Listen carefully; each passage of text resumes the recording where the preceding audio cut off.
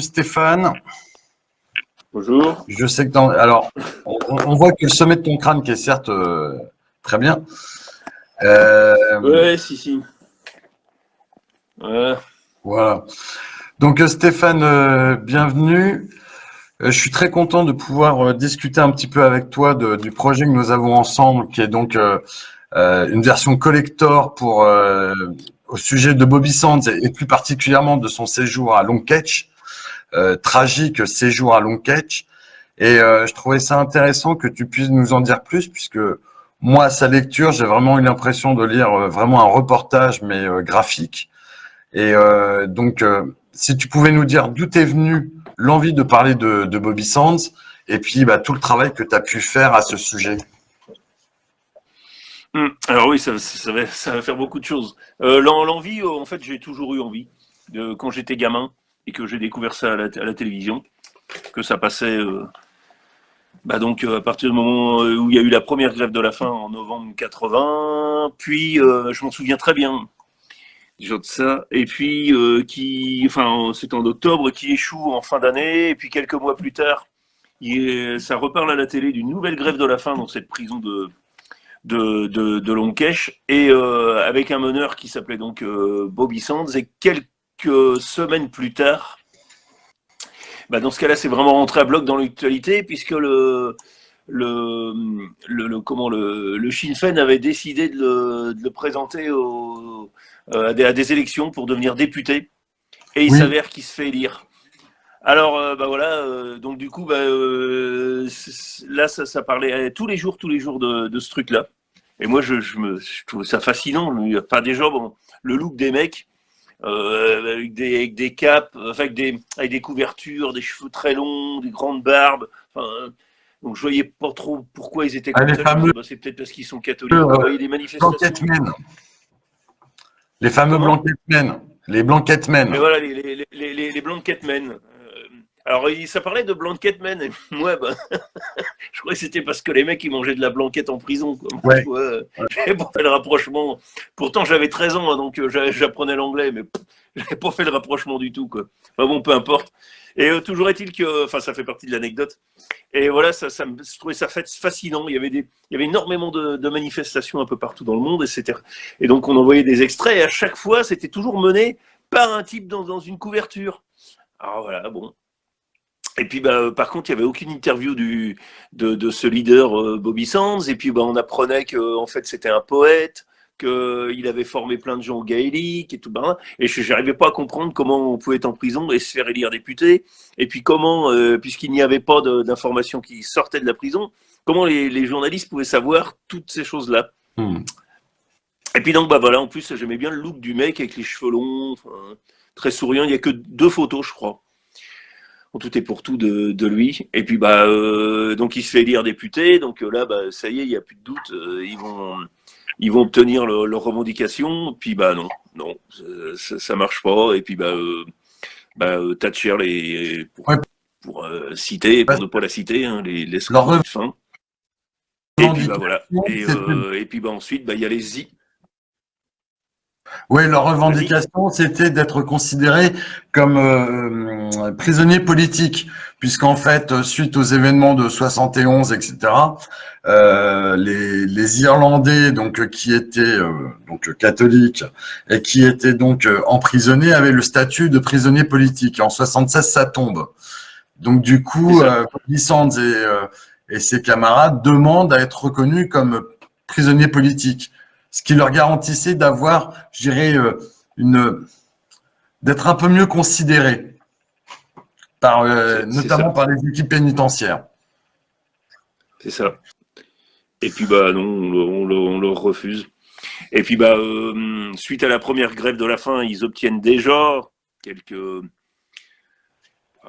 quelques privilèges, enfin pas privilèges, mais enfin ils arrivent à obtenir un petit peu de revendications.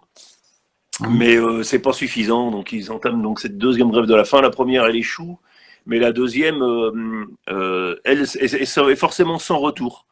C'est-à-dire, pour qu'elle réussisse, il faut des morts. Ouais. Donc, voilà. Et donc les mecs savaient qu'ils étaient condamnés à mort s'ils obtenaient pas ce qu'ils voulaient. Sauf qu'elle est venue se greffer là-dessus, l'histoire de se faire élire député.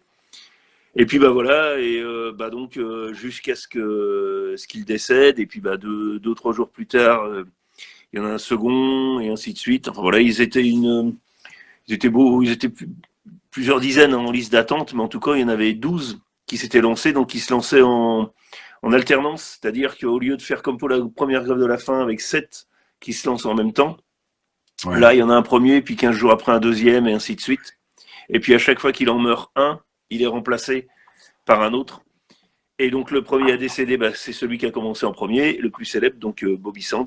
Et puis je me souviens aussi très bien des images de l'enterrement avec son môme, qui avait même pas 10 ans, quoi. Et puis il y a des centaines de milliers de personnes, enfin une centaine de milliers de personnes, a priori. Et puis des types encagoulés, en treillis, qui portent le cercueil et qui tirent une salve. Alors je me dis, mais puisque ils sont considérés comme des terroristes, les mecs de l'IRA, comment ça se fait qu'on arrive à les filmer? Enfin, donc il y a énormément de questions que je me posais. Puis bon, voilà. Ensuite, 2 ans plus tard, je rentre en parler à nouveau de la prison, parce qu'il y a eu la grande évasion, donc je crois que c'est 38 bonhommes qui s'échappent de la prison. Donc ça revient dans l'actualité. Puis voilà, puis bon. Ensuite, ça passe, mais je m'étais promis, j'en raconterai un jour l'histoire. Tu m'entends? Oui, je t'entends, oui, on t'entend bien. Et donc, parce que j'étais en train de lire aussi les commentaires, puisqu'il y a Louis qui suit un peu la conversation, et donc voilà, je réponds en même temps. Donc, vas-y, continue. Et donc, tu voudrais faire. Ouais. Je m'étais promis d'en faire un jour une BD. En 2014, je fais mon premier tour d'Irlande avec ma compagne et les gamines. On part donc un mois en Irlande. On commence par comté de Cork, Connemara, et on se retrouve dans le Donegal. Le Donegal, on logeait chez un Irlandais du Nord, un mec qui à l'époque avait 50 ans. Dans son jardin. Alors ça le faisait marrer, il disait c'est le seul pub privé d'Irlande où il y a le droit de fumer. Enfin voilà, bon, très bien. Et on avait accès au pub autant qu'on voulait. Et puis j'avais remarqué, donc c'était le pub avec plein de bibelots, poutres en bois, enfin voilà, comme le cliché du pub. Et puis j'avais remarqué qu'il y avait un mausolée, hommage aux grévistes de la faim, dans son pub. Et chez lui, il y avait énormément de bouquins sur la guerre en Irlande. Voilà. Et je commence à discuter de ça avec lui, et là il était derrière son comptoir, il me dit oh bah t'as rien vu, et hop, il sort une mitraillette. Je saurais pas dire ce que c'était comme arme, mais voilà, il sort la mitraillette. Il dit, et donc il nous explique avant la poutre de devant, c'est le attention, c'est un peu coupé. Il y avait 2 crochets, et normalement la mitraillette était accrochée dessus. Mais comment? Ouais, non, il y a eu une interruption. Donc, en fait, pour moi, ce que j'ai compris, c'est donc il sort une mitraillette qui normalement devrait être accrochée sur l'un des linteaux du bar, et bien évidemment, il l'a décroché. Il l'a décroché parce que la semaine avant nous, c'était des Anglais qui étaient là. Donc, il n'était pas sûr de leur réaction. Ouais, forcément. Et je sais que dans les années 80, il était parti aux États-Unis, donc je le soupçonne d'avoir eu des accointances avec l'IRA. Et c'est là, en voyant tous ces bouquins et ainsi de suite, que ça me reprend. Et je me dis, faut absolument que je m'y mette. Et je commence à écrire durant le séjour, c'est la dernière semaine. Et puis, en rentrant, j'essaie de trouver des bouquins et je ne trouve quasiment rien. Voilà. Et puis, donc, je mène des recherches et des recherches et des recherches. Et puis, c'est là que je découvre toute l'histoire des Blanket Men que je connaissais pas, hein, à part voir les images célèbres soit à la télé, soit sur Internet. Mais voilà, ça me paraît. Donc, j'apprends qu'ils vivaient nus dans leur couverture, qu'ils étaient torturés tous les jours, qu'ensuite, pendant 2 ans, ils font une nouvelle forme de protestation. Donc la grève de l'hygiène, donc ils refusent de se laver, ils vivent dans leurs excréments. Enfin voilà, c'est dégueulasse. Enfin, et ça dure ça aussi 2 ans. Puis comme c'est encore pas suffisant, et là c'est là que démarre la première grève de la faim. puis la seconde qui devient dramatique. Et il y a aussi donc un lien avec la prison d'Armagne, la prison pour femmes, puisqu'il y a aussi sur la première grève de la faim, il y avait 3 femmes de la prison d'Armagne qui, elles aussi, avaient entamé une grève de la faim. D'accord. Donc voilà. Et donc j'ai enquêté avec des documents de l'INA, des films de la BBC, de télé irlandaise, plein de reportages qu'il y avait eu en France, et puis des coupures de journaux que j'ai récupérées un peu partout, et puis le livre Bobby Sands jusqu'au bout, qui est un peu devenu une forme de Bible en fait. Et puis voilà, c'était là-dessus, mais ça a été très long, hein. Ça m'a pris peut-être au moins 3-4 ans pour vraiment tout écrire parfaitement. Et puis il y avait aussi tout le dessin, quoi. Oui. Enfin, c'est une vraie enquête que je mène sur plusieurs années. Mais et puis en parallèle, il y a aussi toute la partie graphique, quoi. Là, pendant que ça se fait sur 5 ans en tout. Pendant que tu es en train de nous expliquer le long parcours, je dirais, de ton histoire avec Bobby Sands, je suis en train de montrer un certain nombre de graphiques que tu as fait, de recherches sur les personnages, que ça soit par exemple Sam Millar, qui est l'un des grands auteurs de polar irlandais, on en parlait je crois ce matin ou hier, et qui a été son compagnon de cellule et d'aventure. Tous ces personnages que tu as croqués, dont tu as essayé de trouver les expressions et la vérité, que ça soit les matons, que ça soit le directeur de la prison, que ça soit le curé il y a un rapport à la religion qui était aussi important. Bobby Sands, à la fin de sa vie, lorsqu'il est complètement exsangue, anémié, et qu'on lui propose de rencontrer un prêtre, on voit bien que c'est autre chose qui se passe dans sa tête. La religion, il s'en fiche. C'est ses convictions pour son pays et surtout là à ce moment-là pour ses camarades et ne pas être pour rien tout ce qu'il fait. C'est moi c'est ce qui est remarquable dans ce recueil et je suis très fier que on puisse travailler ensemble. C'est bien ça. C'est cette lente procession de Bobby Sands, même si on prend, je dirais, les derniers jours de Bobby Sands, on voit bien par où il est passé et c'est un témoignage humain, politique, social très fort. Et je suis fier que tu aies accepté qu'on l'édite ensemble pour une version collector. Parce qu'il y a vraiment ce gros travail. Lorsque je vois le nombre de croquis, lorsque je vois tout ce que tu as fait au niveau recherche sur ce sujet, pour en donner ce travail qui est vraiment à hauteur d'homme et qui est simple. Graphiquement, on est dans l'essentiel des choses et ça, c'est remarquable. Et c'est vrai qu'on a fait le choix de le passer en noir et blanc. En fait, je m'étais. Oui, vas-y. Ouais, si, ça colle très bien, hein. Mais il y a une énorme différence entre les recherches graphiques. Est-ce que c'est devenu graphiquement? Parce qu'en fait, comme ça dure sur plusieurs années, ça a énormément évolué. Et puis, entre-temps, il s'avère que j'avais fait un polar noir et blanc très très graphique, un peu à la Frank Miller, et c'est là-dessus que je suis resté en fait. Et donc voilà. Ouais, c'est un boulot de longue haleine. Et je m'étais fixé comme objectif que tout soit en huis clos. Donc on ne sort jamais de la prison. Et d'ailleurs, la plupart de l'action se passe dans la cellule de Sands. Mais je voulais absolument qu'on ne sorte pas de la prison. J'avais écrit d'autres versions où il y avait des allers-retours avec le Sinn Féin et avec la frangine de Sands à l'extérieur. Mais non, je me suis dit tout doit se passer dans la prison. Donc voilà, c'était aussi une contrainte que je m'étais imposée, quoi. Ouais, mais ce côté complètement immersif, quoi. C'est finalement on devient l'un de ses compagnons. Alors après, chacun se positionnera. Est-ce que je suis côté des matons? Est-ce que je suis côté administration carcérale? Ou est-ce que je suis côté Bobby Sands et de ses compagnons? Et là, on n'est pas là pour juger, mais au moins, le fait d'être resté dans la prison, c'est on vit à ses côtés. Et après, chacun se positionnera sur son combat et sur la façon de ce qu'il a vécu. Mais oui, ce parti. Mais j'étais même allé. Ouais. Et t'as pu y aller dans cette prison en fait, je sais pas si tu m'entends, mais Si, Non, si, je non, non. t'entends. Bon, alors, je croyais qu'elle était détruite. Oui, oui, Tu m'entends? on t'entend parfaitement. Bah oui, Ah. nous, Ouais, on ouais, bon, t'entend. donc deuxième voyage en, En ouais, Irlande? deuxième voyage en Irlande en 2017. Et là, on fait l'inverse. On commence par l'Irlande du Nord.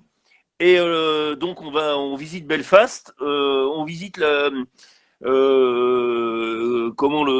l'ancien tribunal. Donc voilà. Et enfin, la prison qui est dans Belfast, et puis l'ancien tribunal. Et la veille, on logeait à Moira parce que ma gamine qui avait 1 an s'appelle Moira. D'accord. Et c'était drôle d'aller loger à Moira, qui est à quelques kilomètres de Belfast, et d'avoir une gamine qui s'appelle Moira. Et ce que je savais pas, c'est qu'en fait la prison est juste à côté. D'accord. La prison est sur Moira Road. Et on était tout près. Et moi, je pensais qu'elle était détruite. Et D'accord. alors que non, elle n'a pas été Bon, allez, totalement détruite, semblerait-il. Et elle va rester comme c'est un témoignage mais en historique. revanche, elle n'est plus en activité, hein. Et le gag, c'est qu'alors ce jour-là, bah, en fait, c'était en plein mois d'août. Il y avait une manifestation pour la réunification. Donc, bah, il y avait les automitrailleuses et tout barda. Et, et quelques jours plus tard, on se retrouve. Donc, on part pour aller sur Achill Island, Ouais, et on passe dans le comté de Mayo, et il y avait, on s'arrête, non, on passe à Sligo. ouais. Et bah là, à Sligo, on tombe sur probablement des mecs de l'Irak, quoi, dans la rue, et ça fait tout bizarre, quoi. Et on a changé de trottoir, comme j'étais avec la poussette. C'est quand même assez impressionnant. Et en D'accord. fait, on a compris pourquoi. C'est que on a vu que C'est parce à quelques kilomètres de là, il y avait une kermesse que hommage je aux suis en amis de la faim. réunion avec Pascal. Voilà, c'était la date anniversaire du décès C'est- du dernier Ouais, je suis des sur Facebook 10 en qui direct. sont décédés. Je te rappelle après. D'accord. Ok. Oui. À tout à l'heure. Ah, alors, Les joies du direct. arrête. Ouais. Donc effectivement, Moira, s'il te c'est une belle plaît. balade que tu fais et puis un petit peu après quoi. Mais effectivement, l'IRA en plus dans l'IRA, il y a deux. Attends, excuse-moi, Ouais. Non, je t'ai mal entendu. non, mais j'étais en train d'essayer de résumer ce que tu venais de dire. Et effectivement, c'était aller un peu à la recherche de Bobby Sands, pas, un peu par hasard en passant bah, là où il a été. Mais après, quoi, et ce qui doit être tout, après ton travail de recherche et après ton travail sur Bobby Sands. Ouais, bah si, bah là, en fait, l'album, ça a été la fin de mes recherches, et j'ai attaqué le dessin dans la foulée, en fait. Après le deuxième voyage. Bah, Ouais. excuse-moi, il y a ma petite il faut juste que j'aille l'amener à côté. Parce Non, bon, à non, tout de mais, suite. ouais, bon, à tout de suite. Donc, bah, je continue Oui, oui. non, non, mais vas-y. Je vais continuer à montrer un petit peu ce que. Ok. Voilà. Ok. Bon, qu'est-ce que tu veux? Je t'ai dit d'aller te coucher. Donc voilà, c'est les recherches graphiques, hein, avec un travail très précis, tout en étant le plus recentré sur les émotions. C'est ça qui est passionnant sur le travail qui a été fait par Stéphane Hurtaud. Donc ça, c'était des recherches graphiques. Le livre est quasi fini. Et il n'y a plus qu'à refaire un peu de maquettage, des choses comme ça. Bon, juste pour vous dire que effectivement la couverture est quasi finalisée et nous allons être sur Ulule. Donc pour tout ce qui va être impression, pour certaines contreparties. Parmi les contreparties, vous aurez des ex-libris. Euh, voilà. Il y aura deux versions ex-libris, celui que j'ai appelé Bobby et celui que j'ai appelé Long Catch. Voilà, le dos, c'est encore provisoire, hein, ça va être retravaillé. Mais on veut vraiment quelque chose de sobre. Ça sera dans la collection Horizon. Les éditions d'Aviken, il y a donc trois. Je vais enlever le partage d'écran. Il y a trois collections Ouais, il y a trois collections aux éditions Daviken. La première, donc, c'est la collection Renaissance, où nous aurons énormément de rééditions, car on pense que c'est important avec une nouvelle génération que d'anciens trésors qui sont sortis dans les années 70, 80, qui étaient très avant-gardistes, puissent fonctionner. Et là, par exemple, là, il y a aussi la collection Horizon. Et là, où on a placé Long Catch, la ballon de Bobby Sands, c'est bien la collection Horizon, parce qu'on est sur, même si on est enfermé dans une prison, toujours est-il que l'on parle d'horizons sociaux, on parle de quelque chose de très important, parce que ce que Stéphane n'a pas abordé, c'est effectivement l'enfer qu'est Long Catch. C'est à partir du moment où ils sont plus prisonniers politiques, ils deviennent ils deviennent des prisonniers de droit commun. Ce qui veut dire que toute la haine, toute la méchanceté, tout le sadisme de certains matons va pouvoir se libérer, parce qu'en fait la plupart sont protestants, et c'est pas une question de mettre les catholiques contre les protestants, mais là en l'occurrence il se trouve que c'est quand même un enjeu politique et religieux qui est important. Et donc c'est les matons qui s'occupent des Irlandais et de l'IRA. Forcément, il y a un certain nombre de choses qui font que ils vont outrepasser leurs fonctions et outrepasser la légitimité qu'ils peuvent avoir, parce qu'ils sont dans ce lieu clos où personne ne va rentrer, où les caméras ne rentrent pas, où finalement même la parole ne peut pas se libérer et ne peut pas sortir. Et lorsqu'en plus vous avez le pouvoir politique qui cautionne ça pose une vraie question sur qu'est-ce que la violence légitimée par un État, puisque en fait c'est ça la question. C'est lorsque Margaret Thatcher, qu'on appelle la Dame de Fer, dit non, il est hors de question que je cède, on ne donnera pas le statut de prisonnier politique. Toutes les exactions qui vont être derrière en termes de maltraitance des prisonniers fait qu'on peut se poser la question de l'État lorsqu'il y a vis-à-vis de ces prisonniers. Et on l'a vu dans l'actualité encore récente, où Stan, les prisonniers étaient membres de l'IRA. Donc de la version catholique, et il y a deux, il y a l'IRA officiel et l'IRA provisoire, et eux faisaient partie de l'IRA provisoire.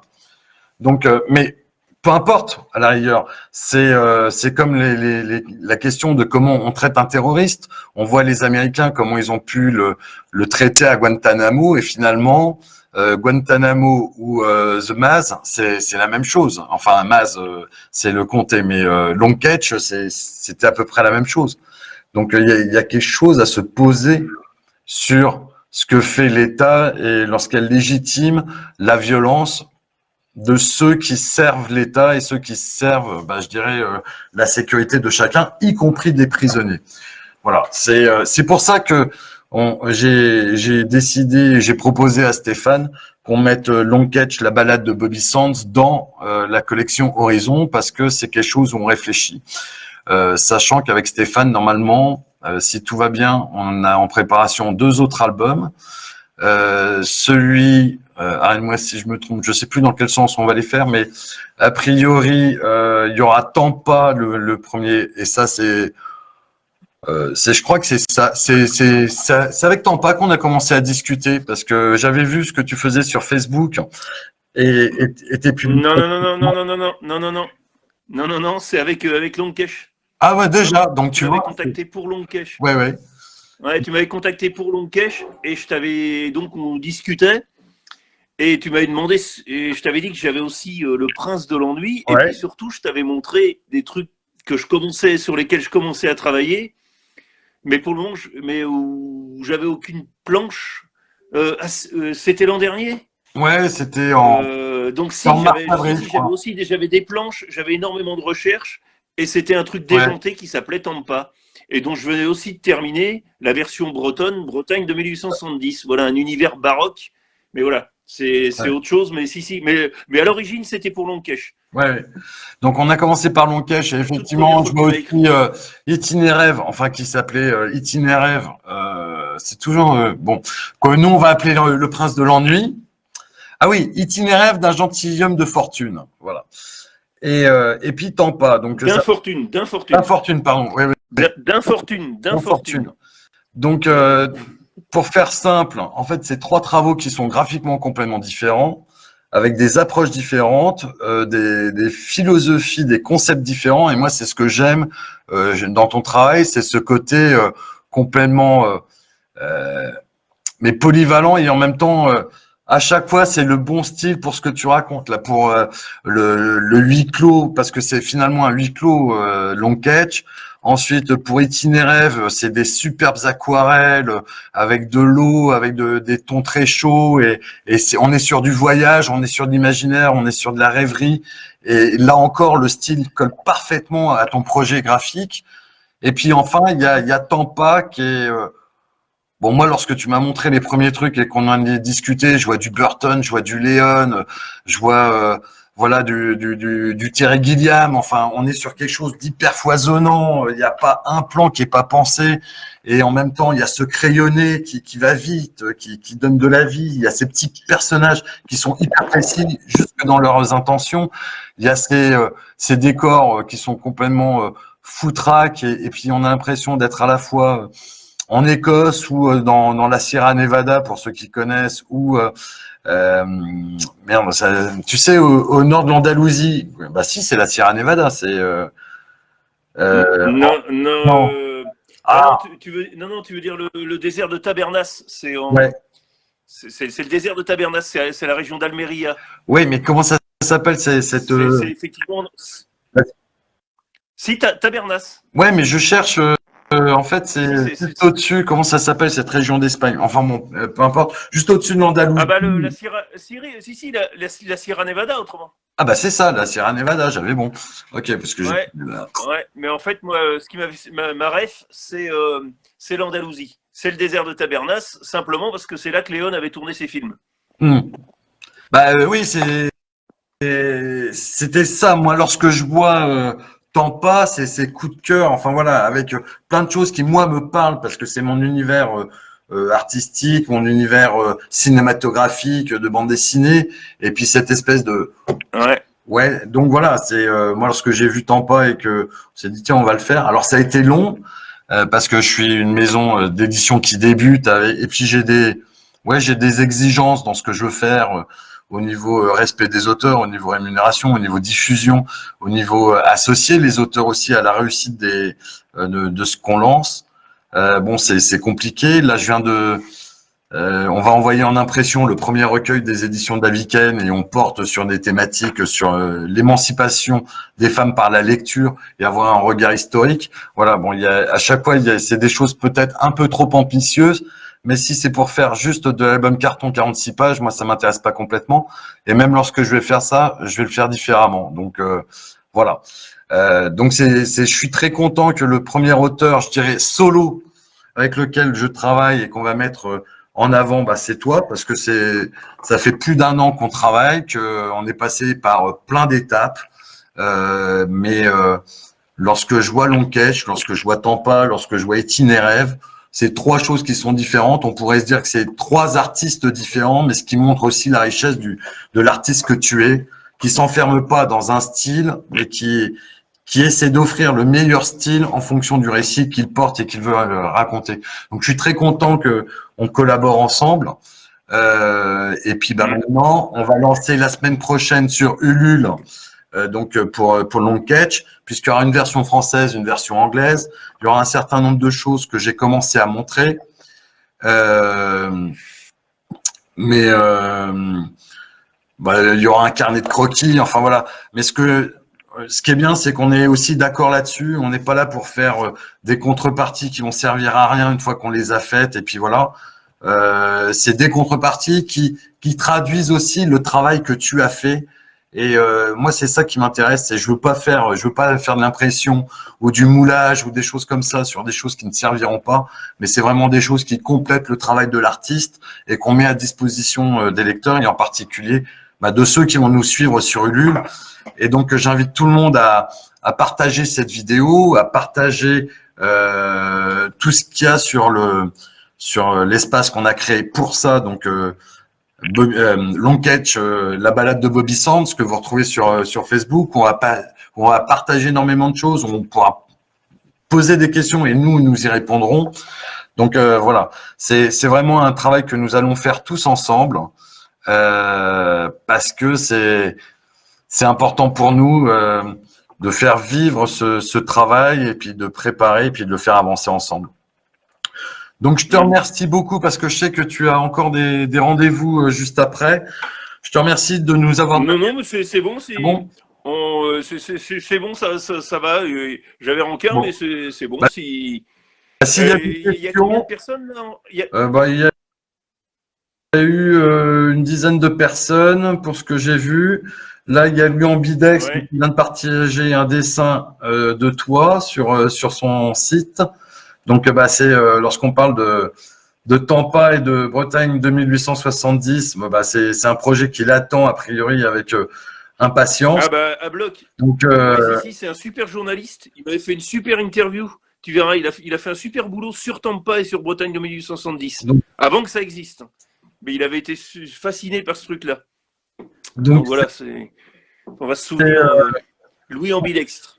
oui, c'est ça. Et Laurent Jouastre, attends, qu'est-ce que je vois? Bernard Joustra. D'accord. Voilà. Oui, il a fait ça en avril. Donc effectivement, moi, lorsque je vois, il y a une attente par rapport à Tampa, et c'est quelque chose qui est vraiment, pour moi, c'est un ovni ou alors un OGNI, objet graphique non identifié, mais d'une certaine façon, ce que tu as fait aussi sur Long Catch, qui est bon le prochain, enfin qui est le sujet qui nous occupe là aujourd'hui, là aussi, c'est une façon de traiter. Moi, il y a un film que j'aime beaucoup, que peu de gens connaissent, et dès que tu dis Jean-Claude Van Damme, les gens se disent ah. Mais des films de prison, il y en a eu beaucoup. Il y a bien évidemment L'Évadé d'Alcatraz. Il y a comment ça s'appelait avec Gary Oldman, Kevin Bacon, Christian Slater. J'adore ce film avec Gary Oldman qui est un fou, enfin un directeur de prison fou. Ouais, je sais plus. Mais il y a eu Hunger. Bah, déjà, il y a Hunger qui traite de la grève. Ouais, il y a Hunger, bien sûr. Hunger. Et puis il y avait c'était comment Les Évadés, d'après Stephen King. Il y a Les Évadés et autrement les Fils de l'homme, non? C'était comment? Sleeper, ouais. Et qui se passe durant la guerre en Irlande.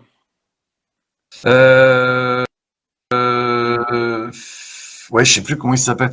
Non, il y a Stan qui me dit Sleepers. Non, je pense pas à Sleepers. C'est Meurtre Alcatraz, je crois. À vérifier, mais c'est Meurtre Alcatraz. Sleepers, c'est autre chose. Ça se passe à New York et c'est l'histoire de. Là, du coup, Sleepers, c'est un autre film. C'est avec Brad Pitt. Il y a Robert De Niro. Il y a Robert Patrick ou Jason Patrick. Les Fils de Soul. C'est ça, Les Fils de Soul, le film dont tu parles? Non. Non, c'est un qui traite de la guerre en Irlande et ça ressemble à ce truc-là, mais c'est pas ça. D'accord. Les fils, alors, les fils de. Oh, c'est pas grave. Mais donc moi, le film auquel je pensais avec Jean-Claude Van Damme, c'est In Hell, qui est un film de Ringo Lam. Et c'est marrant parce qu'il y a une scène, par exemple, que tu as mis lorsqu'il est dans ce qu'on appelle vulgairement le trou, où il y a les papillons, où il y a les asticots dans son plat. Cette scène m'a fait penser à une scène qui est aussi dans In Hell, où il est là et lui, il voit pas de nuit. Pardon, au nom du père. Ah, au nom du père. Ah oui. Oui, donc avec Daniel Day-Lewis. Ah oui, non, exact. Avec Daniel Day-Lewis. Très bien. Et qui se passe justement dans la prison qu'on était allé visiter. D'accord. Okay. Ouais, la prison de Crumlin. Oui, non, bah oui, au nom du père, c'est d'origine sur Belfast, quoi. Oui, au nom du père, c'est un film. Attends, c'est un film de. Ah merde, ça va me revenir. Jim Sheridan. Oui, Jim Sheridan, c'est ça. Magnifique film. Donc voilà. Et donc c'est vrai que cette intimité de carcérale. Je pense aussi au Dernier Château avec Robert Redford. Enfin voilà, il y a énormément de films qui ont traité de l'emprisonnement, des conditions des pénitenciers, généralement en vue de s'évader. Là, on sait que l'évasion de Bobby Sands va se passer de façon tragique. Et cette façon dont tu as accompagné Bobby Sands dans ton récit est quelque chose qui me semble être important. Donc, c'était important pour moi que ce recueil existe. Alors, on va dire de nouveau, mais voilà, on le fait différemment. On le resserre, on l'épure. Ouais. Bon, de toute façon, il a jamais vraiment existé en réalité. Donc, oui, mais ouais. il faut être honnête et puis le dire, mais je pense que là, on resserre sur ce que tu as voulu faire passer. C'est effectivement Ouais. cet accompagnement en immersion de Bobby Sands et le parti pris qu'on a de le faire en noir et blanc et gris, de faire quelque chose de très resserré sur l'essentiel des rapports humains et de ce rapport de cet homme avec la prison et avec le pouvoir est quelque chose qui… Enfin, je suis très fier de le porter et j'espère que nous serons suivis par les internautes et puis surtout par les fans de BD, par les fans de récits, et puis même ceux qui n'aiment pas la bande dessinée, de se dire ils vont avoir une sorte de reportage BD graphique, comme ça aurait pu être un reportage photographique, mais là c'est avec ton expression à toi qui est le dessin et cette honnêteté